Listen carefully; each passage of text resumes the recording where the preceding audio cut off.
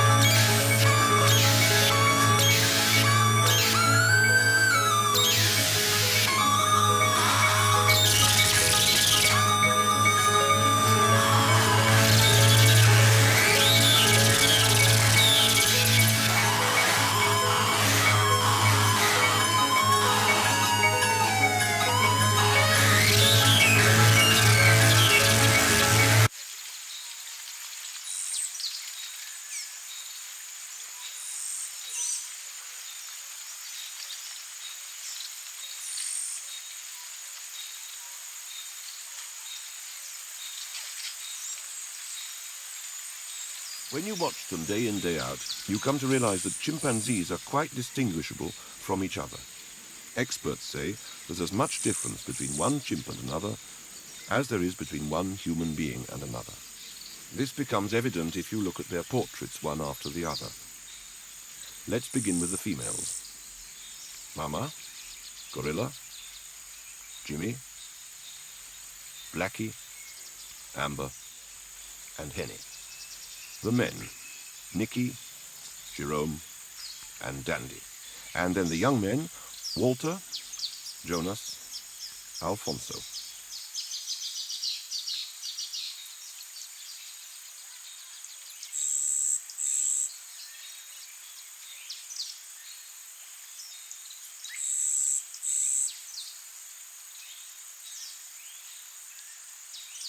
No, I think you see the major misunderstandings of Darwin, and their vernacular misunderstandings, though there are many professional ones as well, have to do with the fact that evolution deals with questions that are so much at the heart of those troubling issues that everyone has to figure out in constructing some sense of meaning for their lives.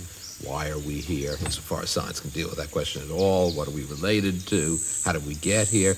And the background of this is this frightening fact that people understand, namely that we've only been here for a millimicrosecond of life's history, which does lead to the plain solution, which I think is true, that maybe we weren't destined to be here, and maybe if you could replant the tree of life from seed, we'd never get here again. It's in the context of those fears.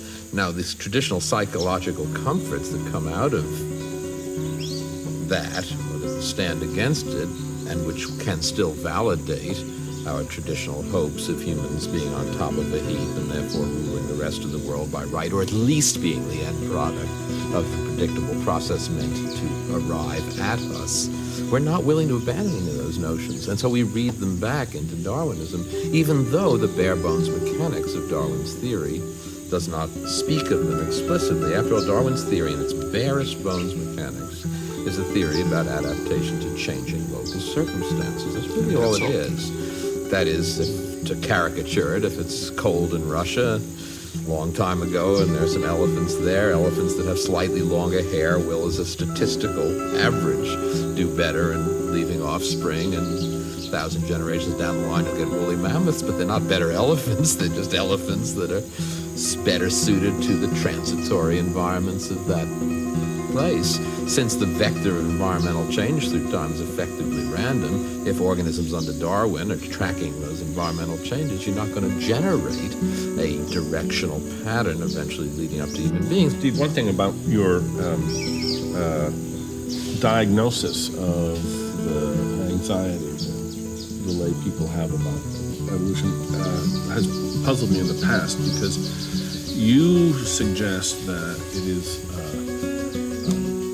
oppressive to some people to suppose that if we ran the tape of time again, human beings would not be created again. But it seems to me it's just as oppressive either way. What bothered Nietzsche was the idea of the eternal recurrence. He viewed that as such a nauseating prospect that he really he contemplated not ever revealing to the world what he discovered. This horrible idea of that it would all happen the same way again and again and again. Now you seem to think that the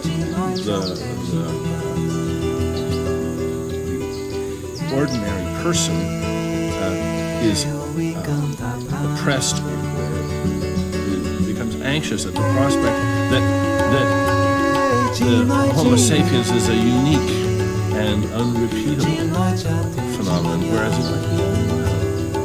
I don't know. It seems to me that most folks, at least in Western culture, really are seeking to validate Protagoras' old dictum, which may be only literally about half of us, but it's all of us, that man is the measure of all things, and we want to define things in terms of ourselves. We want to see ourselves as paramount. We want to see ourselves as ruling this world by right.